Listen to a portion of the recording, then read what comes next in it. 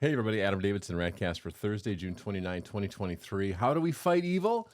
By being joyful in hope, patient in affliction, and faithful in prayer. In fact, that's exactly what Paul says in Romans 12:12. Be joyful in hope, patient in affliction, faithful in prayer. And that's the word of the Lord. Of course, this is settled into the context of fighting evil. At the top of this section, he says, hate what is evil and cling to what is good. At the end of the section, he says, do not be overcome by evil, but overcome evil with good.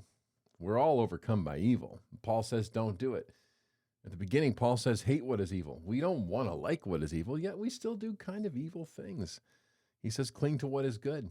But then he actually tells us how to do it. Isn't that good?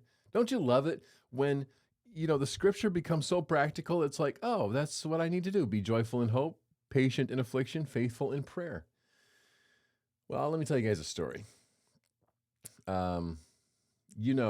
When you have a family that falls apart, as mine did, because of addiction, years of addiction, and when you go through very difficult things, rehabs and treatments and, trying to keep things private, but also needing support from family and friends, and then eventually a church is involved to some degree, the church that I happen to be the pastor at. And you pray that things work out, and you're trying to be joyful in hope and patient in affliction, just the affliction of evil and what sin does to the world. And of course, faithful in prayer. Many, many years did I sit in my cave in the basement and just pray for God to heal. Many, many times was I just trying to stay joyful and hopeful. I'd say, no, it can be done. We can get over this. We're going to get through it. Many, many times did I say I was just going to be patient. And actually, the Lord gave me a fair amount of patience. But you know what? It didn't work out. It just didn't. And I learned a lot about addiction and recovery and myself and codependency and everything else. And it didn't work out, but it did work out.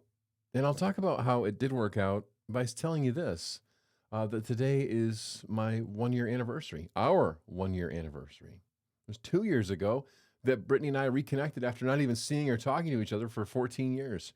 2 years ago, we met at Starbucks. 1 year ago, we got married in Holland. And now today, we celebrate 1 year of marriage. And if you were to ask Brittany, she would tell you, it certainly feels like it's been more than a year. It feels like it's been at least 5. We end up packing a lot of life into our days, and we're appreciative of that. We're grateful for the support and grateful for the encouragement and the prayer that people have given to us, especially over the last year, as we've done the hard work of blending a family. So I will tell you this. You go back in time to 2017, 2018, 2020, when things were just falling apart, and I didn't understand why God was letting it happen. I didn't understand why he wasn't fixing it, and I could not see how this was all going to work out. But I have to tell you, I was still joyful in hope, even at the bottom. I was still patient in affliction, and I was faithful in prayer. They were honest prayers, my friends, but they were prayers, and they were real. They were conversation with God, only by God's grace. How did overcoming evil happen in that situation? Well, I just kept pursuing the good, came to terms with my own stuff, and moved on and trusted God. And now his blessing is immense and rich. And I sit before you with a completely different life, in a completely different place, and grateful for God's mercy in my life.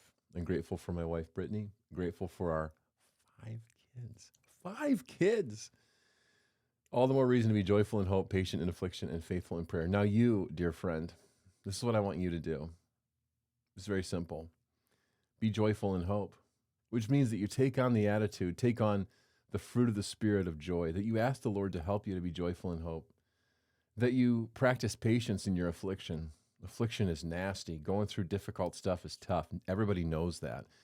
You're either about to go through it, you've gone through it, or you might go through it again. My life will not be affliction-free for the rest of my days. Right now, it's pretty good, though. But when that moment comes, I will, with the Lord's help, be patient and be prayerful. And if you don't know what to pray about, maybe you pray that God would give you joy and hope, that God would give you patience, and that he would help you to continue to pray. You can actually talk to him at that basic level. God, I don't feel like talking to you. I don't know what to pray, but it says here that I should be joyful in hope, so I guess help me be joyful in hope, and then leave room for his Spirit to talk. No matter what you're going through today, no matter what the day brings, you're going to have so many opportunities to draw close to Jesus and then let him guide and direct the day, and let him guide and direct the healing, and let him guide and direct, in my case, the recovery and the reconciliation and the redemption. My friends, the Lord is good. So now you be joyful in hope, patient in affliction, and faithful in prayer, and that is how we overcome evil with good. That's RadCast.